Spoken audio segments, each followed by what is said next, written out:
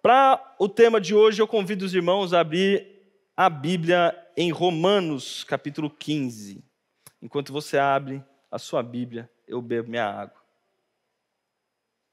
Pode abrir devagar que estou com sede.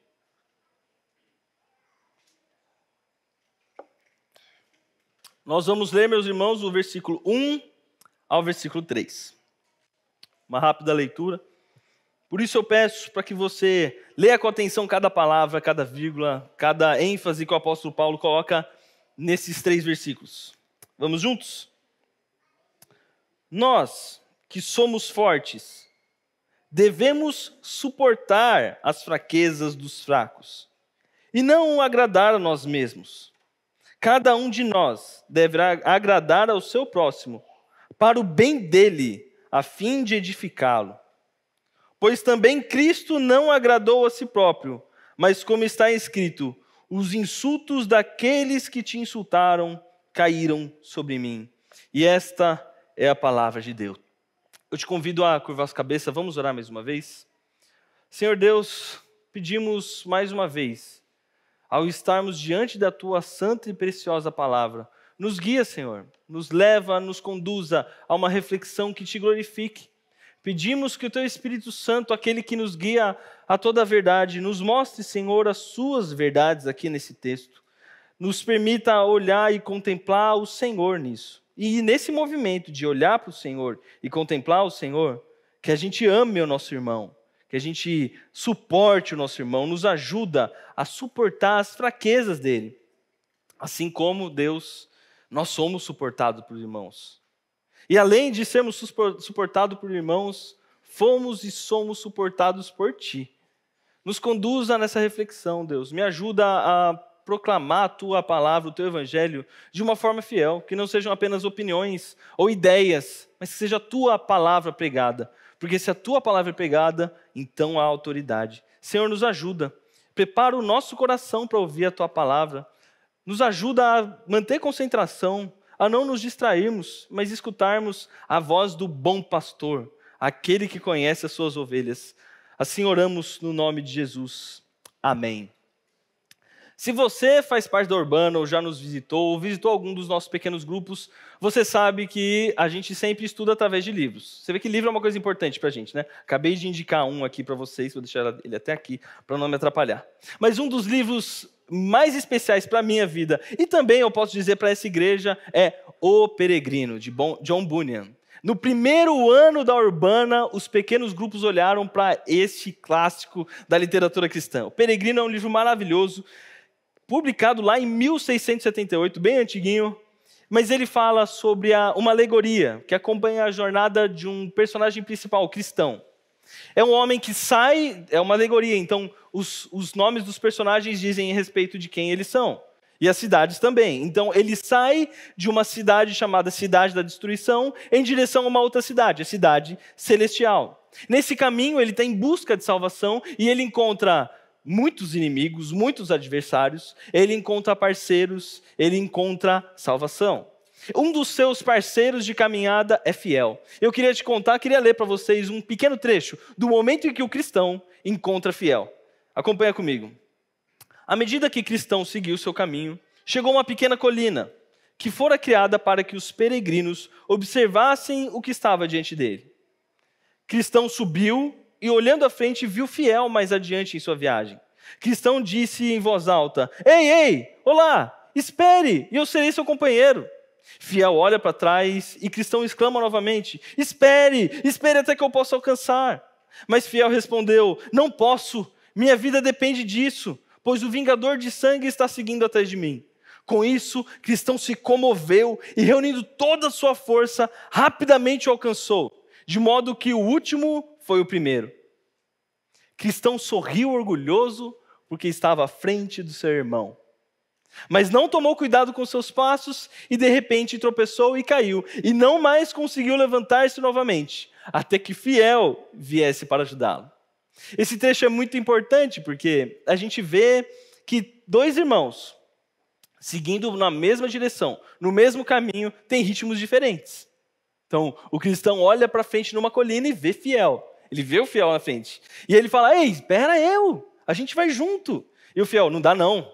Eu estou correndo, eu preciso correr, eu não posso parar. Eu vou que vou. E aí o cristão, não, mas me espera. Não dá, eu não posso parar, e minha vida depende disso. E aí o cristão se motiva, gasta toda a sua força e passa o irmão, passa o fiel. Olha para trás e fala, nossa, olha como eu mandei bem. Corri, juntei toda a minha força e passei.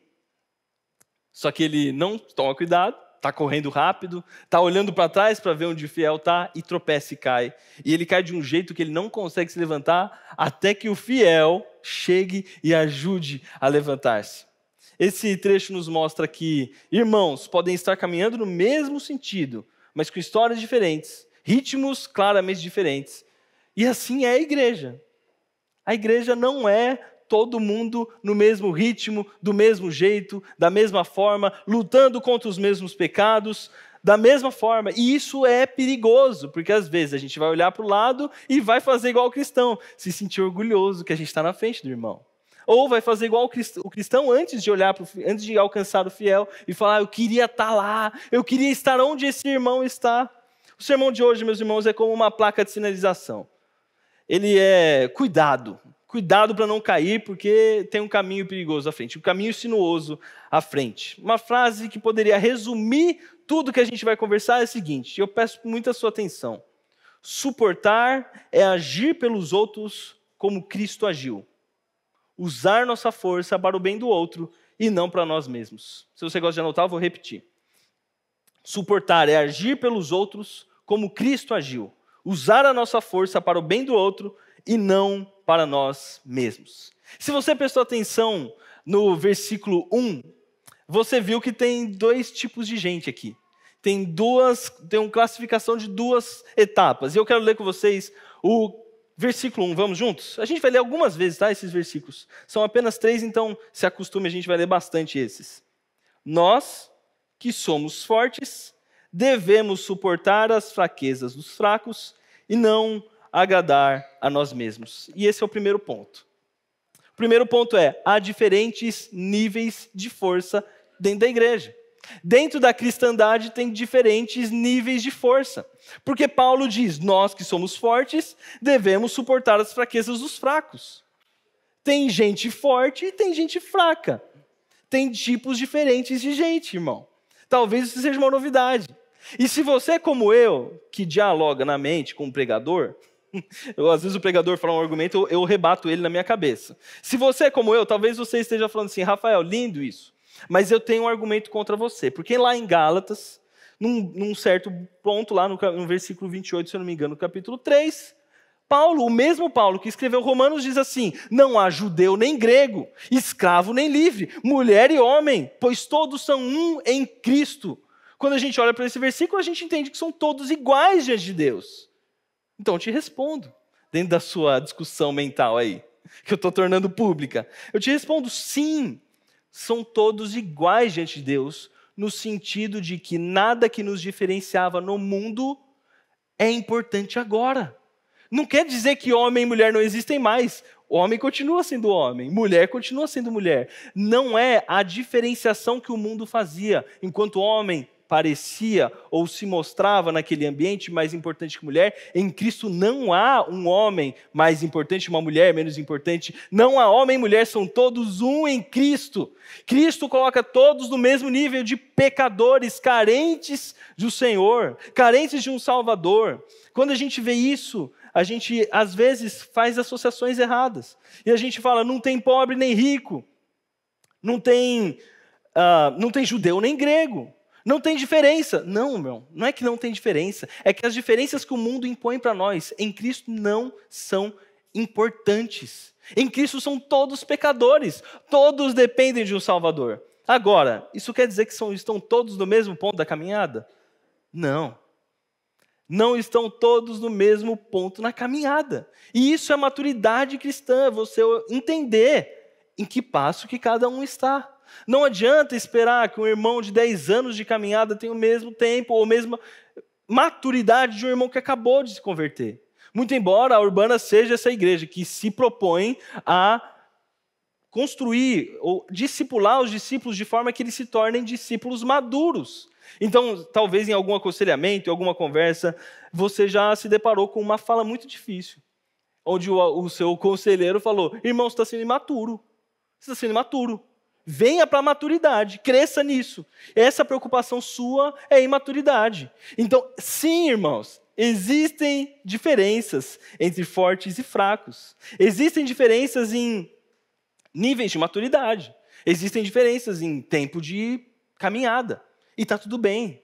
A questão é como que se age nessas diferenças. Esse é o ponto do apóstolo Paulo. Ele está mostrando não que, olha, existem diferenças, ele está mostrando como é que a gente age diante das diferenças.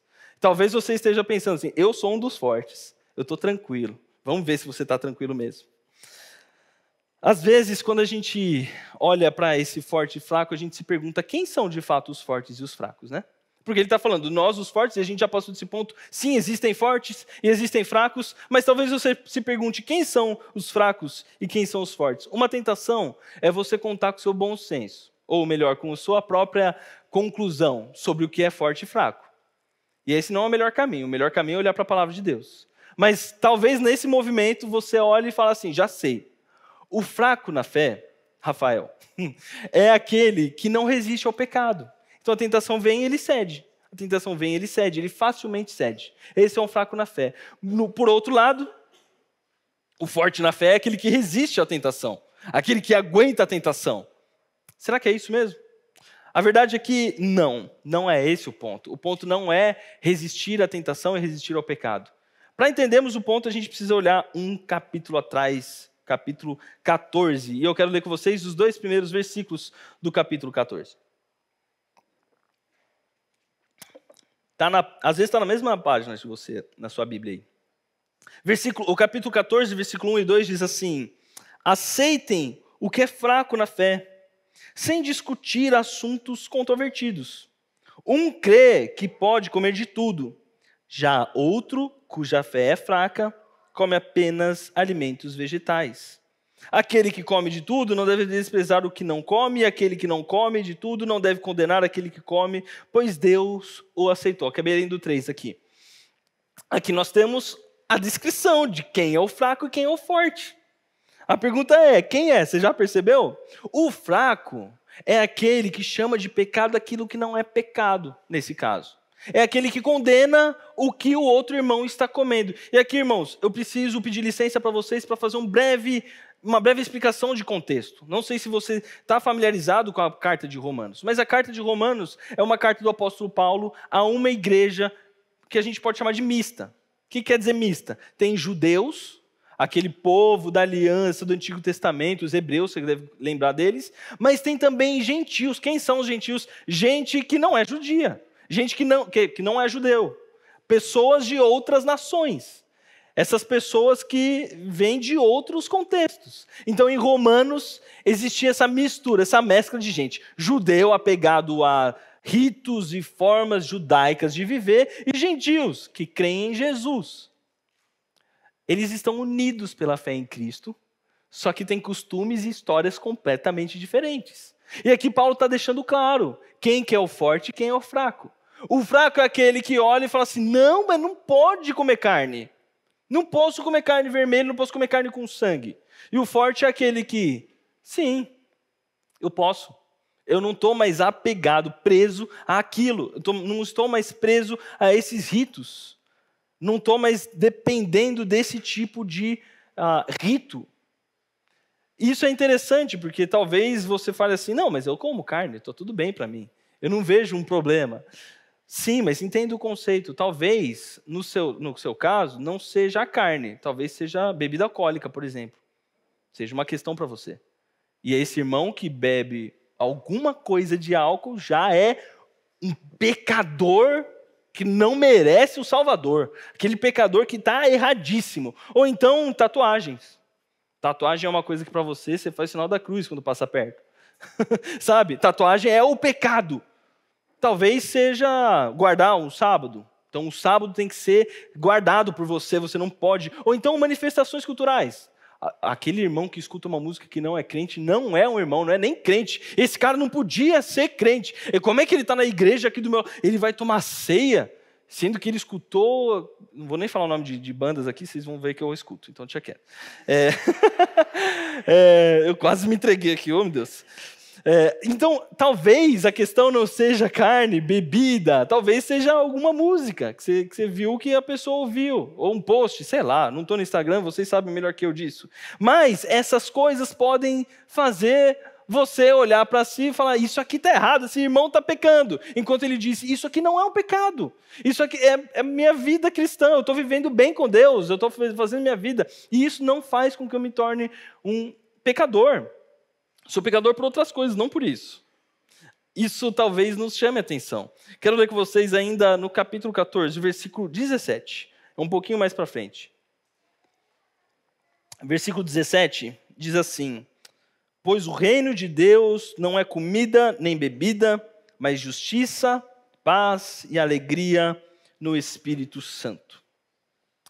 Aqui o apóstolo Paulo está deixando muito claro que não é a bebida ou a comida, ou a marca no corpo, ou o que você escuta, ou guardar tal dia, ou ter um tipo de vestimenta. Também tem essa parte da vestimenta, que eu esqueci de comentar. Ou o tipo de vestimenta que é o reino. O reino não tem a ver com a forma como você se veste. Embora você que é crente vai se olhar no espelho a luz do Espírito Santo e falar, isso aqui glorifica a Deus ou isso não. Mas isso não é o reino. O reino é alegria, paz no Espírito. Justiça, paz e alegria no Espírito. Então Paulo está deixando claro. Não é para se apegar aos ritos. Paulo está deixando... E é interessante isso, porque a gente está olhando tanto, com tão bons olhos, né? Tem que tomar cuidado, que a gente vai fazer isso. Olhar cuidado com o fraco, que às vezes a gente confunde, como se ser fraco fosse bom. E está tudo bem ser fraco. Não! O capítulo 14 é inteiro para te mostrar, não se apegue a essas coisas. Não olhe para essas coisas, o reino de Deus é maior do que esses usos e costumes. Não tem a ver com isso, tem a ver com a paz, a justiça e a alegria no Espírito Santo. Não tem a ver com a forma como você se veste, ou a forma como o que você escuta, tem a ver com o seu relacionamento com Deus e, obviamente, com o próximo. Mas esse não é o tema da nossa pregação. Esse aqui é só uma nota de rodapé que eu quis dizer que Deus não quer que sejamos fracos, Deus quer que sejamos fortes. No entanto, no nosso meio, sempre existirão fortes e fracos. O ponto do sermão é como a gente trata o fraco. E eu quero ir para esse segundo ponto, e é muito básico. O forte deve suportar a fraqueza dos fracos. Ainda no versículo 1, leia comigo. Nós, que somos fortes, devemos suportar as fraquezas dos fracos e não agradar a nós mesmos. Interessante, o apóstolo Paulo fala nós, né? Ele se coloca entre os fortes. Você sabe que o apóstolo Paulo, ele era um judeu, fariseu, que seguia estritamente, antes de se converter, a lei judaica. E agora ele se liberta de todas essas coisas e ele se chama de forte, ou seja, eu tenho certeza que o apóstolo Paulo comeria uma picanha de boa, entende?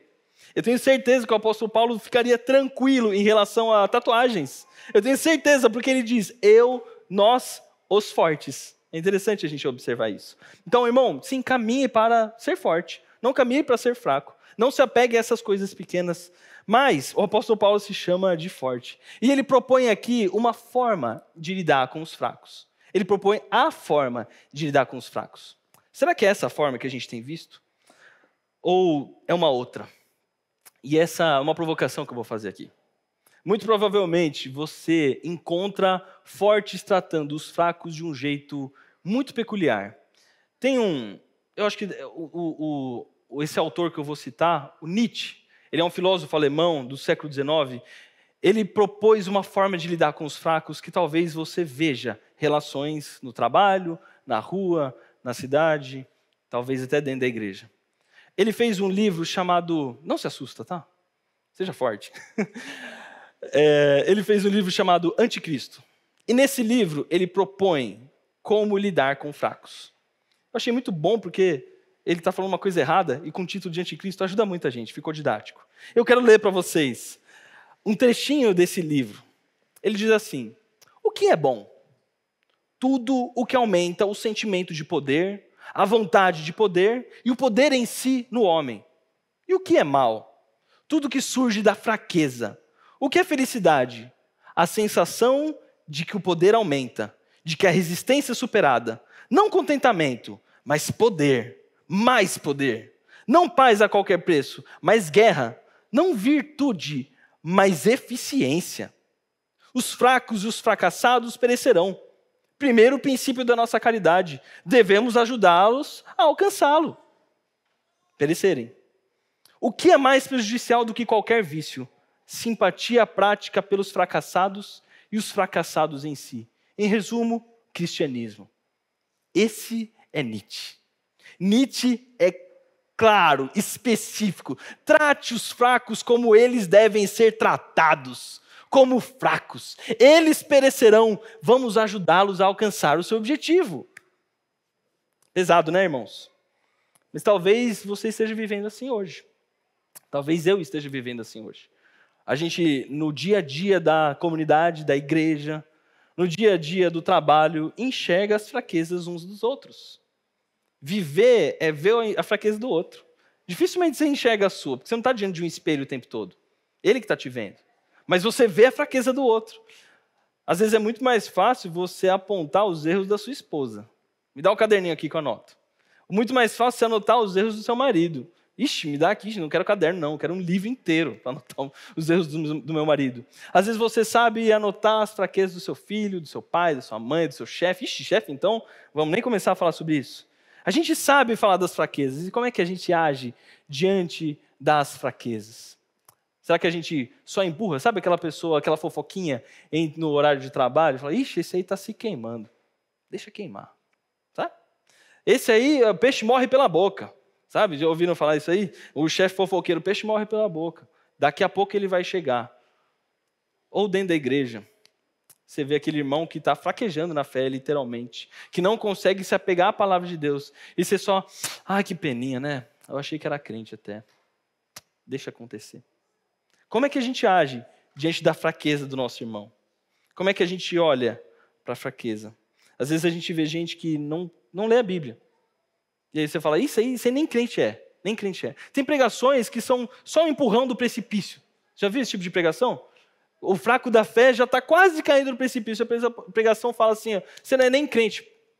Só joga, só cai, só vai embora. Como é que a gente lida com a fraqueza? Como é que você tem lidado com a fraqueza? Às vezes a gente coloca isso em perspectiva e sempre se coloca como os fortes, né? Talvez, meu irmão, você seja o fraco hoje e alguém esteja te sustentando. Alguém esteja te suportando. Paulo não faz igual Nietzsche. Paulo não apresenta isso. O cristianismo não é o que Nietzsche está falando. E é maravilhoso que Nietzsche fala a pior coisa é o cristianismo no livro anticristão, anticristo. Eu acho maravilhoso, porque ficou extremamente didático. Então, o que Paulo diz, revelando o que o evangelho diz, os fortes devem suportar as fraquezas dos fracos. Devem suportar as fraquezas dos fracos. Essa palavra, suportar, ela tem a ver com carregar uma coisa pesada. Não uma coisa gostosinha, leve de carregar. Uma coisa pesada, uma coisa difícil de se carregar. Não uma coisa gostosinha, não uma coisa leve, que você não tem dificuldades para carregar, mas uma coisa pesada. Pesada. Umas derivações dessa palavra é para falar de sandália. Sabe sandália que o pessoal usava lá? Tem até hoje sandalinhas, mas antigamente eram esses papetezinhos ali. E aí, essa palavra bastazo, uma derivação dela para falar de sandália, que está carregando uma coisa pesada, né? Está levando o corpo inteiro, está segurando as pontas, está suportando o corpo. Por isso que a gente, a cada 2 anos, 1 ano, tem que trocar o sapato. Está suportando, está aguentando. É o sentido de carregar algo difícil. E é um sentido de carregar junto. Não é carregado tipo um caminhãozão levando, é eu carregando. Então, Paulo demonstra que suportar é uma coisa difícil, irmão. Suportar em si mesmo não é uma coisa fácil de ser feita. E ele está falando, você é forte? Use sua fraqueza, ou sua força para sustentar a fraqueza do fraco. Não faça para si, faça pelo outro. E como que isso acontece na prática, né? Como que isso se dá? E ele diz, e não agradar a nós mesmos. No versículo 1, Os fortes devemos suportar as fraquezas dos fracos e não agradar a nós mesmos. A ideia é que é um trabalho de negação. Não agradar a nós mesmos, pelo contrário, né? Cada um de nós, no versículo 2, deve agradar ao seu próximo para o bem dele, a fim de edificá-lo, de agradá-lo, para que ele cresça, para que ele se torne forte, para que ele seja sustentado por ele, não por você. Cada um de nós deve agradar o nosso próximo. Isso torna a caminhada tão difícil, né? Não sei se você já carregou fraquezas dos irmãos, mas torna a caminhada difícil. E nós não estamos numa cultura onde você quer ir para a igreja para carregar irmão. Você quer ir para a igreja para ser carregado. Não estou bem, vou para a igreja. Você não quer ir para a igreja para você sofrer a dor do outro. Você quer que outros sintam a sua dor. Já parou para pensar? Isso não é nada contra a empresa, tá? Mas a gente está na cultura do iPhone, do iPad, do iPlace, iChurch. É tudo eu, porque I é o pronome pessoal em inglês, para eu. Eu, celular, eu, iPad. iPad não, eu, pad. Tudo a ver comigo. Eu. Você está no mundo do eu, tudo tem que te agradar. Tudo te faz bem. É para você, é voltado a você. E aí Paulo fala, você é forte, sustenta a fraqueza do fraco. Isso é o oposto do agradar a si mesmo, é agradar o próximo, agradar o outro. Nesse caso aqui, meus irmãos, é aquela pessoa que não se condena por comer uma carne. E o que é suportar o fraco? É não comer a carne que está gostosa na sua frente, porque o irmão acha que é pecado. É isso. Olha a profundidade disso. Ele não vai se agradar, ele tem certeza que não é pecado, ele está bem com Deus, ele está tranquilo, mas ele age como, isso aqui eu não vou fazer. Vamos trazer para a nossa realidade, né? Cerveja, vinho. Eu sei que tem um irmão com essa dificuldade. Não vou tomar a cerveja, não vou tomar o vinho. Vou negar a minha própria vontade. Vou abandonar a minha própria vontade. Vou negar aquilo que eu quero fazer, por amor ao próximo. É porque é pecado? Não, irmãos. Não é porque é pecado. Mas é por amor. Isso é suportar. É negar a si mesmo. Negar a sua vontade. Aí você fala, mas eu vou para a igreja para expressar minha fé ao meu Deus. Não, meu irmão. A sua fé é coletiva. Ela não é isolada. Você não está vivendo sozinho. Não dá para você chamar Deus de pai se você não chama o seu irmão de irmão. Esse Uziel sempre fala. E a pergunta é, você tem chamado a pessoa do seu lado de irmão? Às vezes, meus irmãos, vir ao culto é um exercício de autonegação, não só porque está com sono, mas que você vai encontrar aquela pessoa que você não quer encontrar. E eu vou apertar mais aqui. Boa sorte, Deus te ajude. Mas a verdade é a seguinte, se entendemos o contexto de Romanos, estavam existindo brigas e contendas por causa dessas coisas. Então não é apenas o irmão fraco, era um inimigo. Era um adversário. Paulo está dizendo, suporte o seu adversário, porque naquela discussão, os fracos estavam condenando os fortes. Não era uma pessoa que estava calada, ela estava condenando, talvez até dedurando, entre aspas. Dedurando aquela pessoa, falando, olha ali, não guardou o sábado. Quer pregar, mas não guardou o sábado, ela tem tatuagem. Bebe um monte de cerveja. Olha lá, aquele ali, ixi. Então, quando o apóstolo Paulo diz, nós os fortes devemos suportar os fracos, ele está dizendo para os fortes, suportem seus adversários nessa discussão. Suportem os seus adversários. Você vê que dentro dessa cultura de o iPhone, o iPad, a igreja que é voltada para si, por isso que muita igreja dá certo na teologia da prosperidade. Porque a teologia da prosperidade não é olhe para o irmão, é olhe para o seu bolso. Dê para Deus e Deus vai te entregar. Por isso que hipergraça dá certo. O que é hipergraça?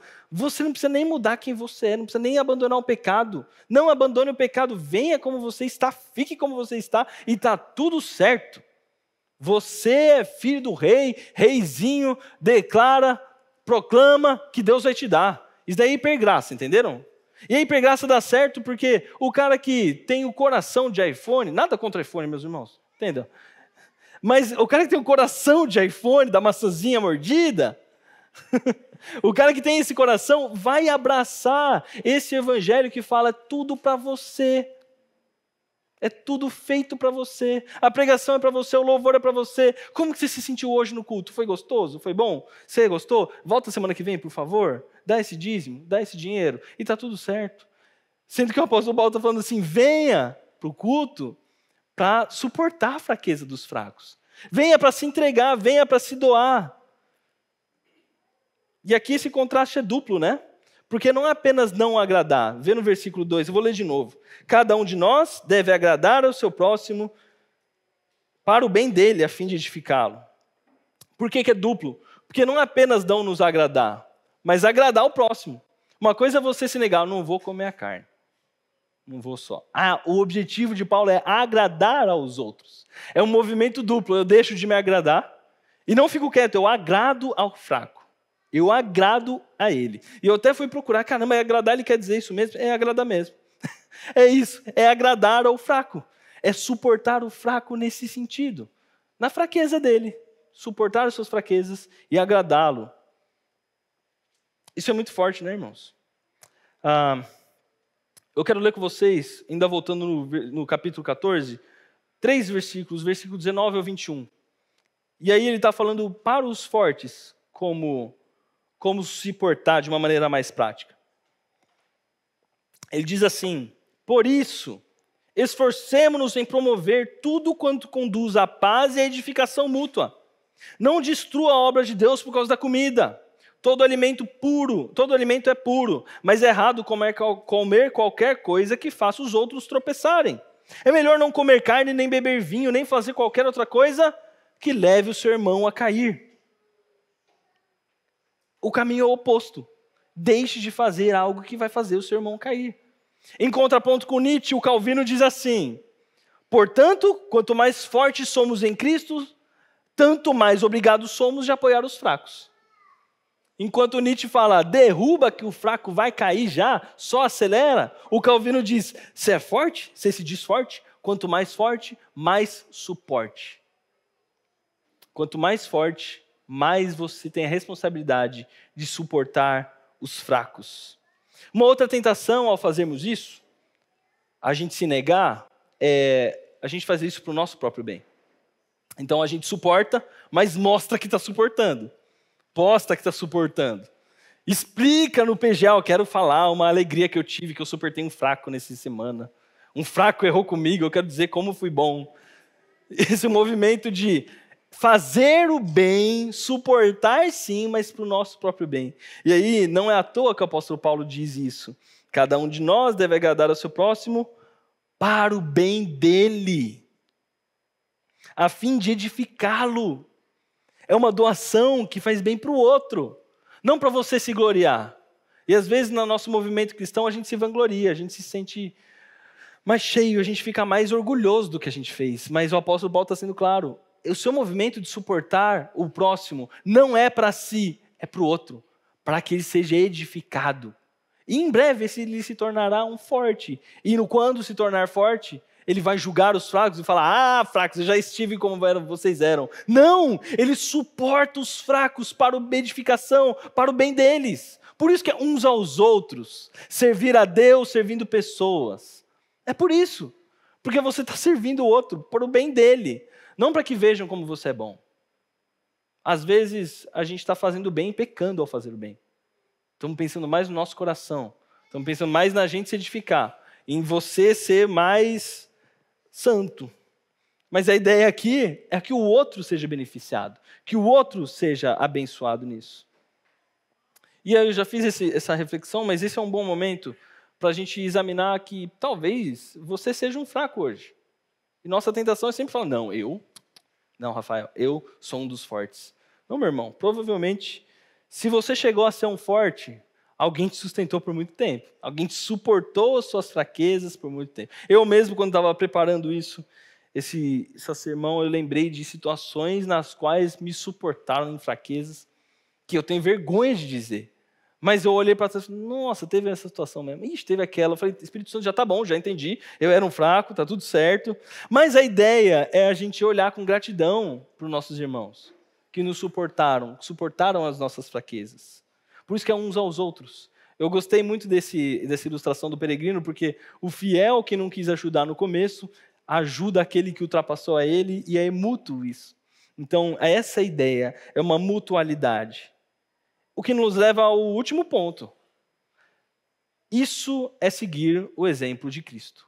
Então, o paradigma que Paulo diz, não é um parâmetro pensado por ele, que ele definiu e falou, acho que a igreja tem que funcionar assim, vou dizer. Não.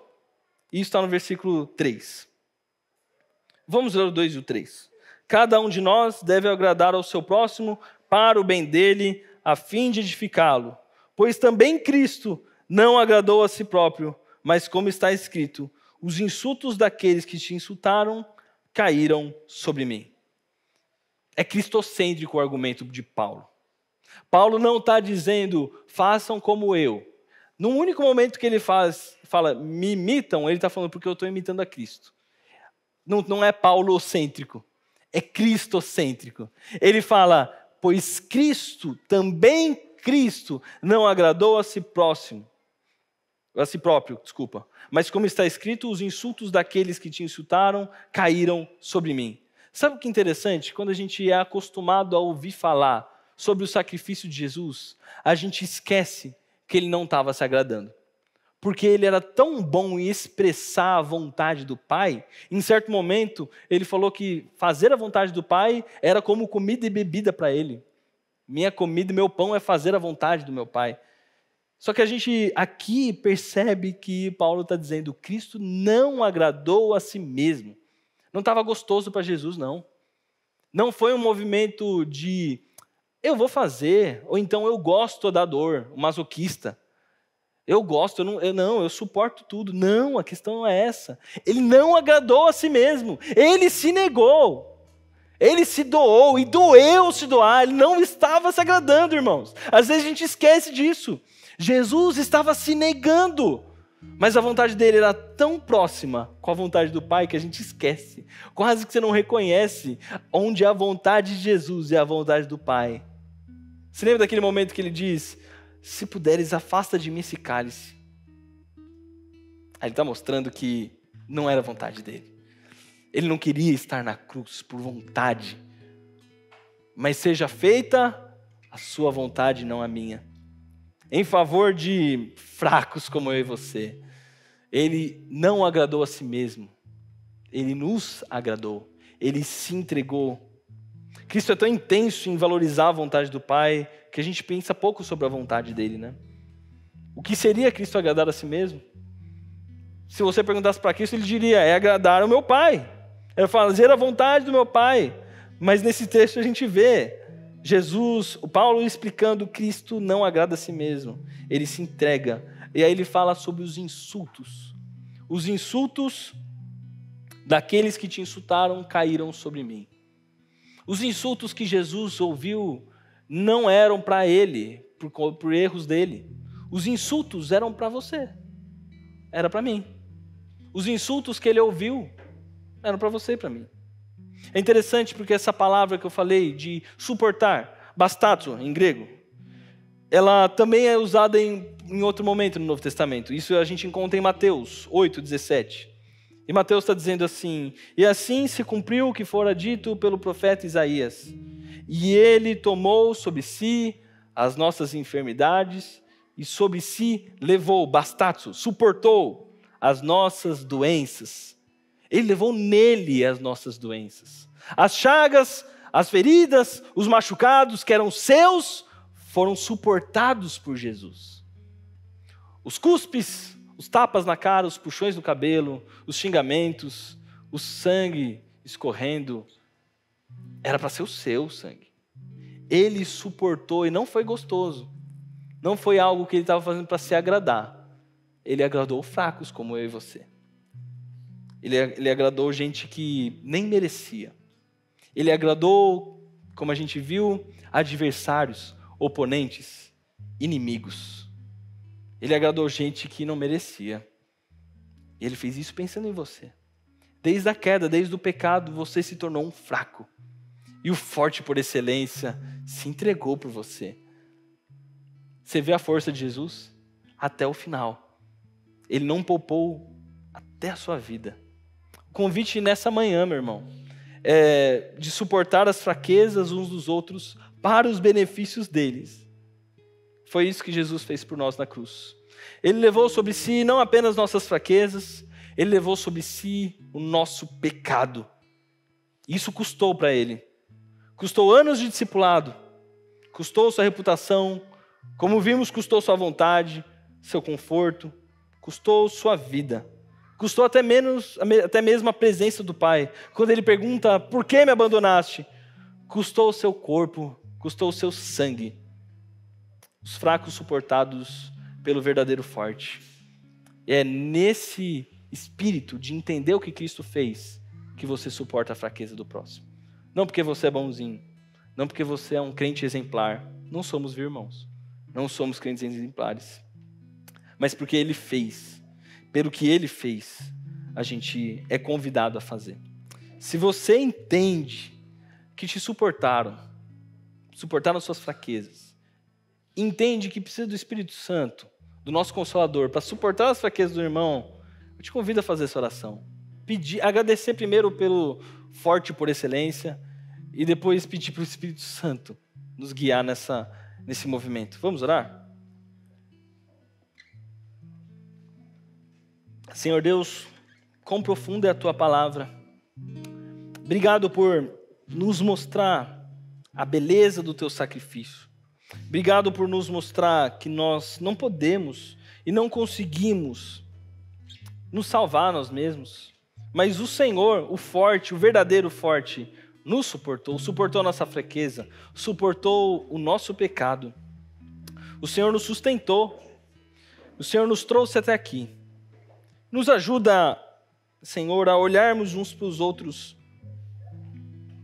como aqueles que foram alcançados por Ti. Não como aqueles que, como o cristão fez depois de passado fiel, sorriu para si mesmo orgulhosamente, mas como o fiel que logo depois de ver cristão tropeçar, ajoelha-se e ajuda a levantar-se. Nos ajuda a suportar nossos irmãos. Nos ajuda, Senhor, a suportar as fraquezas dos nossos irmãos.